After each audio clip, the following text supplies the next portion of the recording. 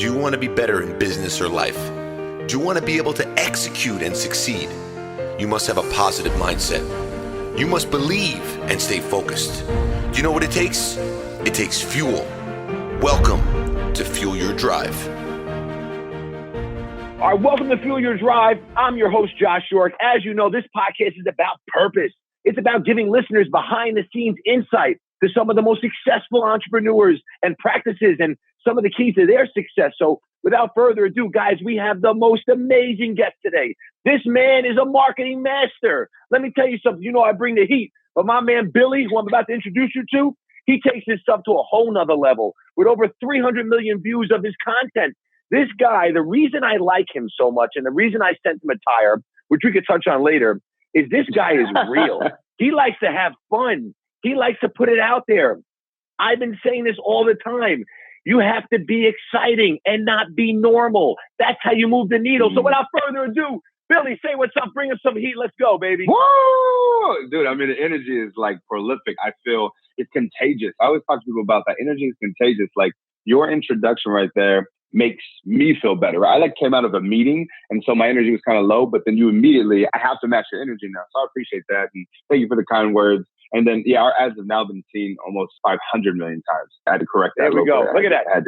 300 million, 500 million. Listen, the man is the man. He's the man. The number doesn't matter, just like your age doesn't matter. So 500 million views. Yeah. Billy, give him a little intro. Give him some heat. Tell him a little bit about you. Tell him a little about your story, you know, because, look, when I started really doing some research on you, I was like, man, this guy's great. I was like, this guy knows how to run a business. He's smart. He's got the culture. He gets it. People don't get it. And I've been mentored by some of the best in the world.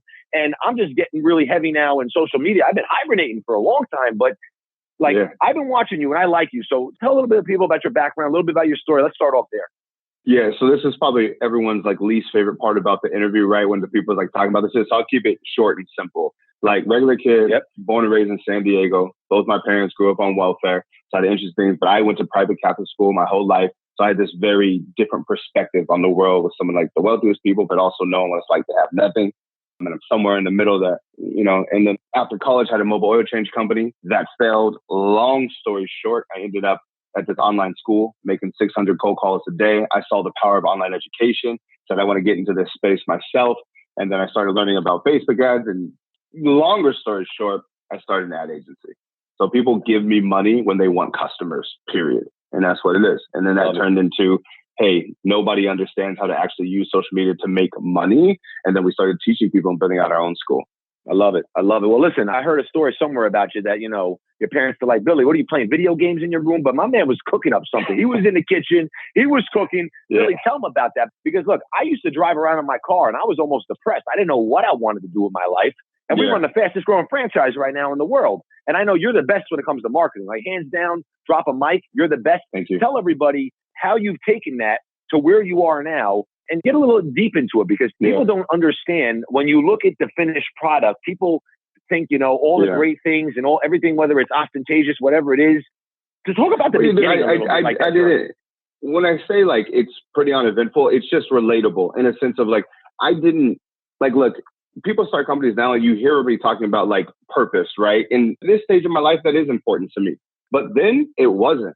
I was just trying to move out of my parents' house. I remember specifically going out and meeting people, or you go out and you meet a girl and they're like, oh, hey, where do you live? And I'm like, oh, over here. And they're like, oh, who you live with? And I'm like, with my roommates. They're great. They're cool. Anyway, you know what I mean? That embarrassment and the shame, because at the University of San Diego, most of my guys, they were out and they were accountants and something in financials and six figures and owning a home. And here I was saying, well, I'm an entrepreneur. I'm going to do this route, not making any cash. First company fails, end up checking in people at 24 Hour Fitness, move back in with my parents' house, embarrassed as hell. My parents they know nothing about computers. This is not the world, right? So when I'm upstairs on the computer working on this company, and again, it's more popular and accepted now. It wasn't as accepted a decade ago, 8 years ago. And so they're just like, yo, what the fuck are you doing upstairs? And I've played video games my whole life. So my parents associate me being upstairs quiet with me playing video games. So my mom was always like, go get a job. That was the whole thing. I'm like, I have a job. My job is being an entrepreneur. Stop telling me to go get a fucking job. But like, obviously I've never said it to my mom. I'm like, yeah, you know, you're going to say that. But like, it was frustrating, man. It was really, you know, it was difficult because friends, you know, your closest people are talking about you behind your back. Like, come on, man, get a job. Your parents, like, they love me, but they didn't get it. So, and they weren't accustomed to that. They weren't entrepreneurs. So you feel really misunderstood. And when you said the word depressed earlier, I think a lot of that depression is associated with loneliness because you feel not understood. You feel not accepted. You even question your own path because you don't have the result. So all you have is a hope that shit gets good, but you know what I mean? So that was the 100% beginnings. 100%. Well, listen, so something I really like, and it's obviously, you know, apparent, but your culture is great. Just like our culture is great. You got a great culture. You're real. I see how you interact. And I know it's real. I know it's not like BS. Like I watch it, but I know it's real. So how did you really know that? Because I always say you got to be real. Like I would be real with my children or I'd be real with my wife. You got to be real with your team too. But how did you know about that going into business, being able to build such a great culture? Because my belief is, look, if you don't surround yourself with great people, you're not moving the needle, number one. And number two, if you don't create an atmosphere like a lifestyle instead of a job, you're not going anywhere. So why don't you touch on that a little bit? You're 100% right, man. Like the answer, I wish it was like some wise shit, but it wasn't. It was probably more so of fear. Let me explain. So when I first decided like I'm going to do this ad agency thing, I didn't decide I was going to do ad agency. I was just good at using Facebook ads because of some work I did. And then, you know, when I would talk to clients, they'd say, oh, you're an ad agency. And I was like, oh, what the fuck is an ad agency? Sure, whatever. Like, okay, cool. And I had this title. And then when I started to get clarity, I'm like, hey, I could use this Facebook ads thing to help businesses. Like, let me try that. And I was like 23, was black and still black, didn't graduate college. I didn't go to my last class. And now my job was to sell to 40-year-old white guys that graduated college that probably were way more professional in the traditional sense than me. I had all sorts of limiting beliefs about like how I was supposed to show up, how I was supposed to be. And I told myself all these stories that they're never going to take me seriously. I cursed like a sailor. I didn't graduate college. You know, I didn't have a ton of experience at the time. So I didn't really believe very much in myself. And so, but I needed money. And so one thing I learned early is that with all of those things that I thought were going to hold me back, the only color that they really cared about was green. Can this guy deliver fucking results? And as I started to get really good at delivering results, because I felt like I had to, because I felt like I had all these other things that were holding me back. So I had to be 3 times better than everybody else. And so I got obsessed with just fucking making more money. So when they hired me, I delivered such good results. I was like, dude, I can be this, I can be that. It doesn't matter. You're still going to rock with me. So I learned that it was okay to be myself as long as you can deliver on what you're saying, right? And it's okay to be yourself forever, even if you're not. But that was what kind of like, I guess I accepted it and realized like, holy shit.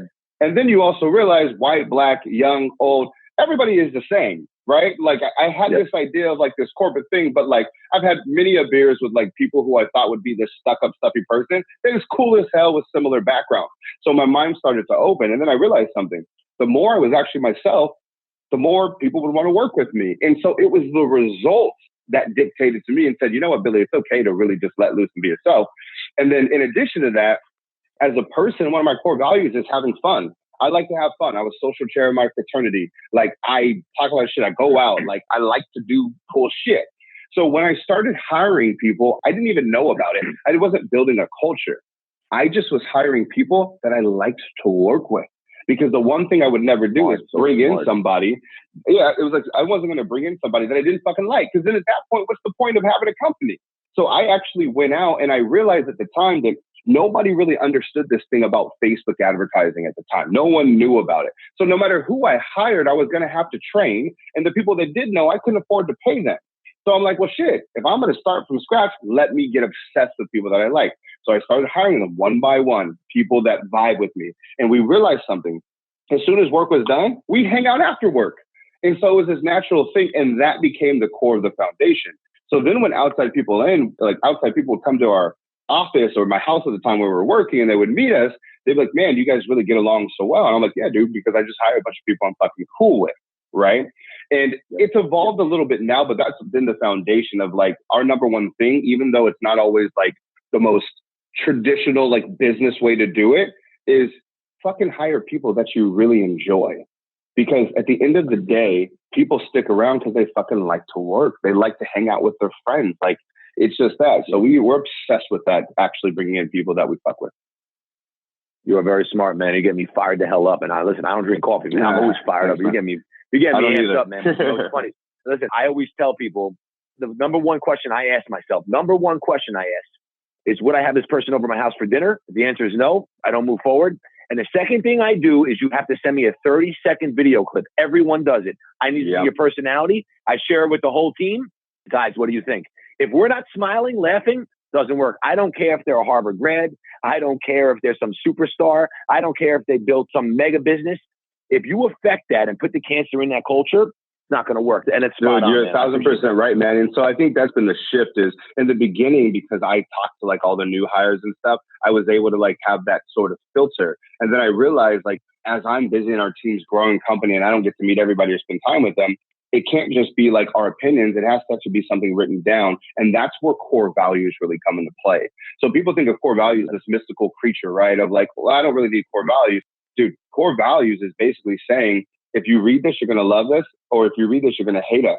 So like one of our core values is don't make excuses, make it happen. One of our core values is everything is your fault. In other words, we take accountability. If somebody sees that and it's like, dude, everything's not my fault. The world beat me up, make excuses. You're not going to fucking fuck with us here.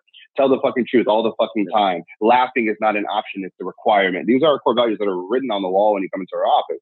So that's kind of like the guiding purpose to hire people now to see if they fit. And you're completely right about the video. We also require video to see their personality. And also, it's amazing how many people just won't do it because it's too much work.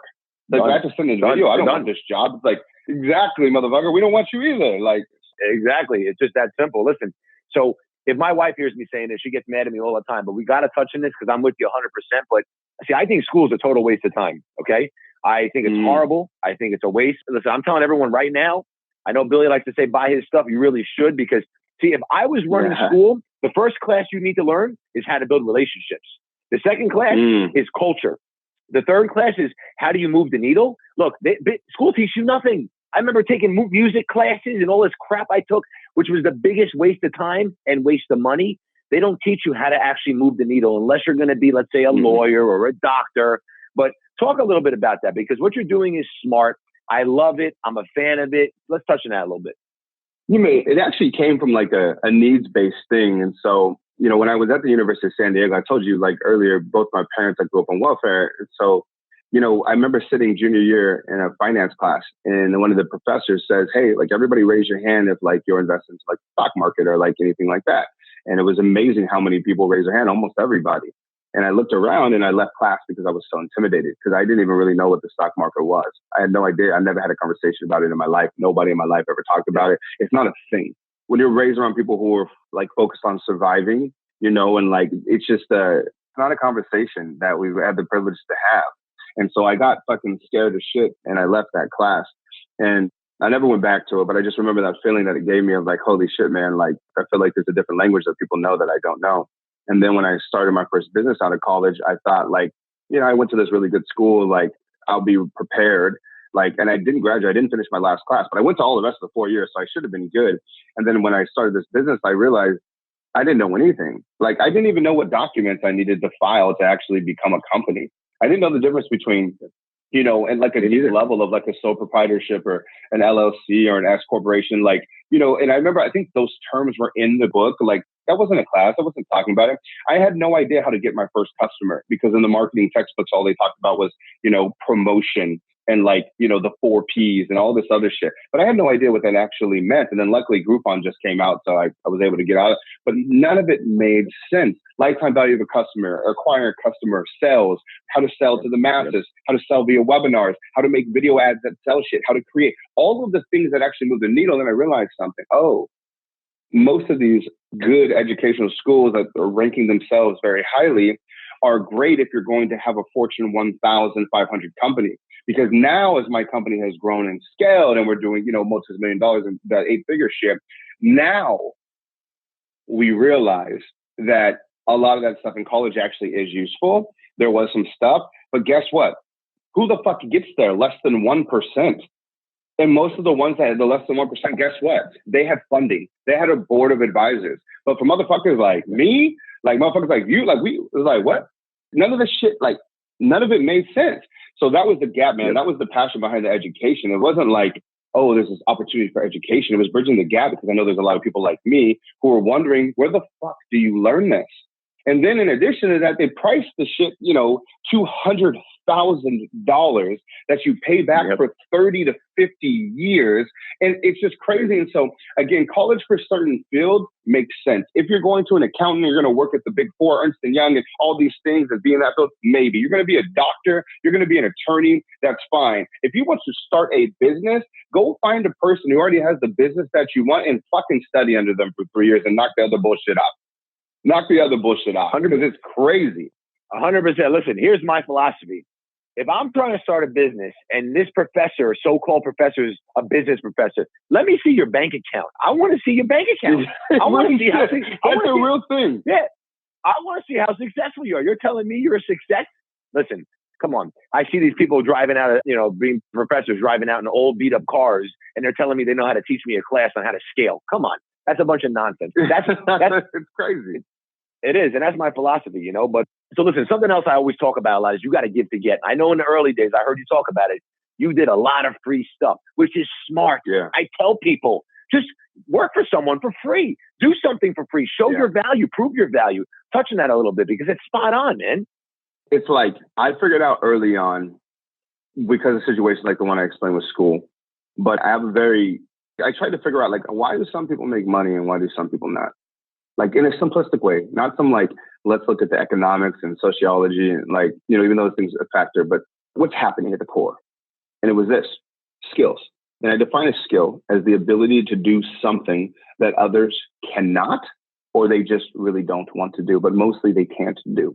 So, for example, if you or I drops down, has a heart attack right now, right? Or you get shot in the leg, something like that. You got to go to the hospital. We pay doctors a premium because I love you, but bro, what the fuck am I can't help you. You know what I mean? Like I can't. Yeah. I don't have the skill to do that. If one of us gets into legal trouble, hey, I got your back, but I cannot defend you because I do not have the skill to do that. And what people mess up in the entrepreneur world is they think they can have success without acquiring the skills, the ability to do what others can't. And then I want people to think about that. Both of those doctors and attorneys, they're high earning professions because there's so few of them. But what people sleep on is what they had to do to acquire those skills. They sleep on the fact that to become a physician, it took them literally a decade and $350,000 a debt, and they're going to be paying off loans till 50. Now, in the entrepreneur world, you'll watch one episode of Shark Tank, buy one course for $300 and think that you have earned the skill set to justify demanding that money. And that's the fucking game. The bigger the problems you can fucking solve, the more money that you can fucking demand. And so that's I say this every day. But it's real, right? And it's, but once you really get it. And so now, like, I look at like my income and I look at my skill set now versus 8 years ago. And now you can literally give me any business under the sun and you give me 72 hours, a max a week, and I'll be able to create an advertisement that drives fucking sales to the business. And I can literally see them make more money as a result of fucking working with me. And as a result of that, I can charge a percentage. That's the math. It's just very simple. I can solve a problem that most people cannot. And to do that, you have to invest into your fucking skill. You hear it all the time. Like, it's between here, what makes your money. And it sounds cliche, but when you think about that, like, watch this. I'll give you another example for everybody at home. Everyone's like, oh my God, this guy's just dribbling a basketball. Why would LeBron James make so much money? Because he's literally the only person on the planet that can do what he does. And therefore, he charges money that nobody else on the planet does. The end. So ask yourself right now, if you're listening to this podcast, what the fuck can you do that somebody else can't? Or that most people can't? Or better than most people are? And I guarantee you that question is directly correlated with your bank account. No question. And then if you're in the few buckets of, well, guess what, motherfucker, Billy? I actually do have skills and da-da-da. Then you know what you're missing? The ability to sell. And no problem, because school didn't teach you that. So if you have skills and you're like, I do have skills, then you don't have sales. Because there's no one with both skills and the ability to sell that is broke. Doesn't work like that. 100%. 100, dude, spot on. This kind of segues into the next part, which is perfect. I always talk about being uncomfortable in order to get comfortable. And just like you didn't know what you were doing in the early days, I didn't know what I was doing. Look, I literally tell my franchisees, if you can go into a supermarket that's packed and start singing any song on the top of your lungs in front of everyone, and you're cool with that and you have no problem, you will crush it in sales because you're able to be uncomfortable and get comfortable. So talk a little bit, because I see your videos. I see what you put out there. Most people can't do it. Look, I'll dress up as a chicken. I don't care what I'll do. Like, you can watch some of our stuff. I'll do it all.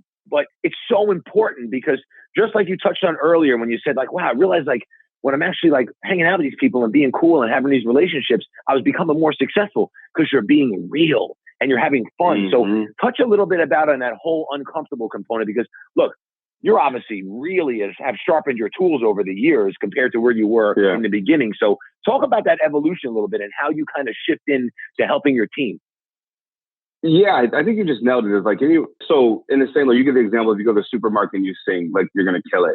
I always have the most empathy and the biggest heart for anybody who's ever done door-to-door sales.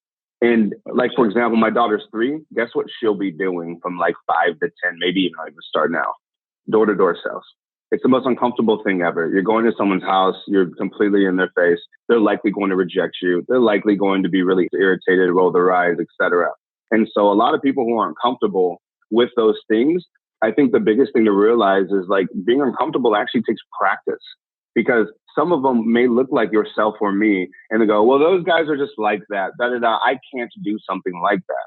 Well, you can right now, but I promise you, if you start practicing and embracing rejection, you will grow tremendously, because it's really just about the experiences that you've had. So think about this. If, like, do weird shit, like, make yourself uncomfortable. Like, the fun exercises, like, one thing a day, every time you go into a store, like a Starbucks or a gas station or whatever, go up to the teller and say, hey, can I have $5? And you're like, that's embarrassing. I would never ask that. Like, like, just ask that. You sound like Billy. You sound like me, man. These are things I say. Like, I say stuff like this. Because we're cut from the same cloth. We're cut from the same cloth, but, like, do 100%. Weird shit. And people, like, don't understand, like, that's the practice. Or, like, ask somebody an uncomfortable question that you would never ask. Like, the thing you're like, oh my God, I would never do that. I would never practice those micro things. And what you find is, like, you didn't die. And most of the time you actually end up getting a desired result. So I'll take, like, my team, for example. So my back office, like HR and stuff, they're very, like, type A personality, et cetera. They're not crazy about, like, sales and negotiating. So let's say, like, I'm having an event, right? And the vendors gave us a certain price. Something that I make them do is negotiate. Even if I'm cool with the price, I always make them do it. So they're like, hey, it's 20 grand for this event. I was like, okay, cool. Tell them we can only do 10. And she goes, Billy, that's not, that I can't do that. No way. Like, you see it. Like, she, like, tense up and da da da. I said, I know. Go ahead and ask them. And this is everything. If it's at the store, da da da da da da. And sure enough, every single time in those cases, the person comes down and they negotiate. So she's starting to have the belief that, like, yeah, I should always ask. And it's starting to transfer into her life, like, personally. And it wasn't like this overnight thing. It was just like, eventually when you see something happen so many times and you do something, you don't give a fuck anymore. And you like the desired results, so you keep going. It's practice. Practice makes permanence. That's what I like to say. You got to perfect that craft, to sharpen that tool, to make it permanent. None of this practice makes perfect nonsense. It makes permanence. I like that. I like that a lot. It over and over and over again. It's just repetition, just like anything else, And that's what I tell people. But listen, I know you got a hard stop soon, and I want to wrap up soon. But listen, I want to talk about, I know you put the video out there and I loved it, but I want you to give me that reaction when you opened up that box and I sent you a tire. Look, I know you're a marketing guy, and I'm a marketing guy too. And I send a lot of those tires out, but let's talk about that, because I love that reaction, man. So to me, it was immediately acknowledging that we would get along. That was probably my first reaction, because you get it. It's like, you understand, to get a different result, you got to do something different. And everyone's heard the fucking expression, if you try the same thing, 99 times, like, and expect a different result, that's insanity. Like, everyone's heard that quote, but everybody still tries the same shit. So, and this is, I say this humbly, and it's very cool, but we get a lot of stuff sent to our office, right? Like, people drop off stuff, like cookies, like fucking letters, gifts, like stickers, pictures, like you name it. A tire? A fucking tire? Like, what? What kind of strange? What kind of different? What kind of weirdo? Me. That's who. Someone like fucking me who gets it. That understands that to get like, think about being in the 1% of financial success, right? You want to make more money than, if you walk into a room of 100 people, you're the only person who's got it like that. Like, if you want to be that much of an outlier, that much of a weirdo, you got to do weird shit. And so, yes, out of 100 people who sent stuff, guess who sent a tire? One person right here. And now we're having this moment, right? And like hopped on the phone and da-da-da. I was like, immediately, just you did the one thing that the 99 wouldn't. And if someone can just obsess with that and ask yourself in any scenario something that you really want. You want the guy, you want the girl. But what's the one thing that the 99 other people that are pursuing this person are going to do? Right? You want to land a contract, you want the proposal. What's the one thing that the other 99 aren't going to do? What's the weird thing that I can do? What's the different thing that I can do? And if you can figure that the fuck out, you're fucking golden. 100%. And listen, it's funny because I talk about, we just touching on this whole uncomfortable thing. Listen, if you would have seen the reaction, look, I shipped about 20 tires out and everyone responded except one person. And you notice one person. I'm going to throw him out there. My man, Andy Priscilla, did not respond to that tire. And I'm pissed about it, but we're going to connect him and I. But anyway, he doesn't know how I roll yet. But anyway, look, Ed Milet responded. I can go through the list of everyone who responded. He's a big car guy too, though, right? Like he has his own like race cars and shit. So like maybe a tire for him wasn't his thing. You know what I mean? Because he might get a tire. You know what I mean? He might. It's true. But anyway, the point is if you would have seen the reaction of the woman working at the store when I was walking in, because I was coming to like 20 tires and like I'm a little twisted, as you know, just like you're with me. I wouldn't leave the store because I had to make sure. Yeah, I had to make sure it was propped up.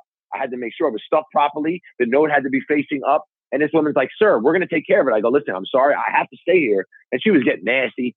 Typical person that doesn't like their job, miserable. I literally was in a store for 3 hours waiting. And then finally she's like, she wanted to get me out. But like all that effort just to ship out the tire that I spent $300 on, that's the difference. I'm willing to do that. Most people are not. That's why I push myself, whether it's with my workout, whatever it is. You just noted something big that I think a lot of people would sleep on too. Is right there is in that moment, you're like, she was getting nasty, da-da-da-da-da. But it wasn't like she was so mean. It was like, she's just a person in her job that's unhappy, da-da-da. And you understood that it wasn't personal. And I think that's a big part of like the discomfort things is understanding that like, it's not that like when you realize that like everybody acts accordingly to them and it's not you, you start to have empathy towards these people. And when they're getting upset or they say nasty things, you just want to hug them instead or like laugh about it because you understand. And so that's a big shift right there. Yeah. Awesome. Well, so, look, the last thing I like to always finish off with is, and look, you guys are going to be seeing a lot more from me and Billy. I'm feeling good vibes here. So I know we're going to be making some magic happen together. But Billy, tell me one thing that you would have asked if you were doing this interview. What did I miss? What is something you would have asked that we could drop some knowledge? Wow, that's a great question. One, that's a great question. Watch this. We're talking about different and stuff before. That was a question that I've never gotten ever. I've done a lot of interviews. I've never gotten that. So I guess following that, seeing my reaction to that is probably more shit that like nobody would ever ask before. Because everything's tied to business, right? So like shit that like most people wouldn't think in the entrepreneurial space. But for me, so I'm a very like direct, uncomfortable shit. So I like asking the questions that like nobody would have the balls to do. Like, so if I'd like talk to somebody and they have like a big deal that just happened, I'm like, how much was that big deal? And they're like, oh, I can't talk about it. And I said, tell my audience right now how much motherfucking money was like that, those little things. And you have such a personality for it, but I mean, honestly, it was great. I had fun. Thank you for having me. Listen, a lot of people are going to see this. It's exciting. Look, thank you so much for your time, Billy. I appreciate it, guys. Make sure you tune in. Let everyone know where they can find you, Billy. Let them know about your business. You and I are going to talk about that as well, but you can let everyone know where they can find you. BillyGeneIsMarketing.com. Just check out our website, GENE, or follow us on Instagram. And once you go to our website, we will retarget you with advertisements forever. Appreciate you guys. And guys, thanks for having literally me. buy his courses. I'm telling you. Yeah, I'm telling you, buy this man's courses. I'm not just saying this to say it. I'm being real. I'm authentic. I'm real. His stuff will really help you. He knows what he's doing, guys. Thank you so much. Take care. Until next time, fuel your drive. Hi, guys. Thank you so much for listening to today's podcast, Fuel Your Drive. Please be sure to subscribe and leave a review. I'd really appreciate it. And also, make sure you follow Gym Guys on Instagram. And of course, myself, Josh York GG. We're going to change the world.